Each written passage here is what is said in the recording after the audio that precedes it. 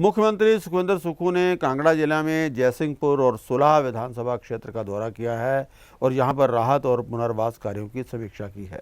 उन्होंने जयसिंहपुर विधानसभा क्षेत्र के नेत्रु गांव में प्रभावित परिवारों से बातचीत की है। नेत्रु गांव में भारी बारिश के कारण कई मकान आंशिक रूप से क्षतिग्रस्त हुए हैं। मुख्यमंत्री ने इन परिवारों को हर संभव सहायता प्रदान करने का आश्वासन दिया है। मुख्यमंत्री ने देहरू और कोसरी गांव में पहाड़ी में दरार आने के कारण हुए नुकसान का जायजा भी लिया है और जिला प्रशासन को प्राकृतिक आपदा के कारण प्रभावित हुए परिवारों के लिए भूमि चिन्हित करने के निर्देश दिए हैं।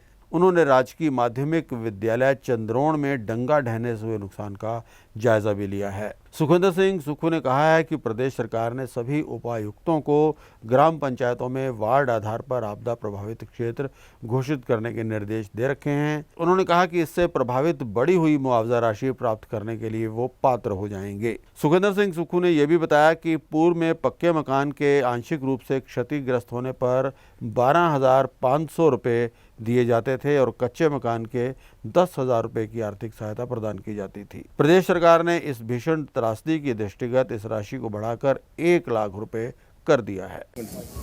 बहुत बड़ी त्रासदी कांगड़ा के जयसिंहपुर, हमारे सुलह, नगरोटा, बगवा, बैजनाथ और फतेहपुर, इंदौरा सब जगह बहुत बड़ी त्रासदी हुई। आज मैं व्यक्तिगत तौर से जयसिंहपुर और सुलह का दौरा कर रहा हूँ और जिस तरह के से घर उजड़ गए हैं, किस प्रकार एक परिवार ने अपना मेहनत की कमाई से घर बनाया होता है। हिमाचल में एक घर बड़ी मुश्किल से बनता है और बड़े शांति से अपना जीवन यापन लोग ये करते हैं। इसकी भरपाई कैसे करनी है, इस दृष्टि से हमारी सरकार आगे कार्य करेगी।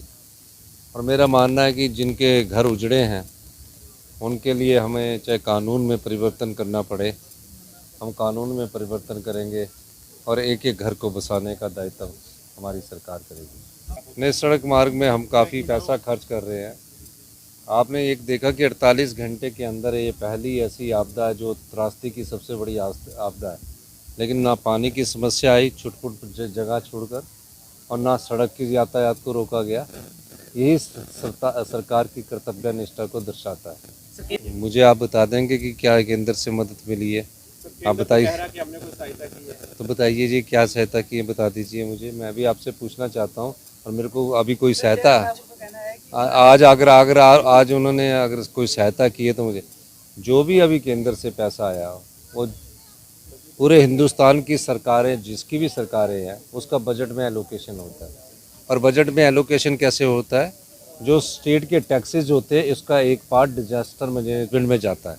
जैसे जीएसटी कलेक्शन होता है, इनकम टैक्स कलेक्शन होता है, तो उसका एक पार्ट आपदा के लिए रूप में बजट में होता है।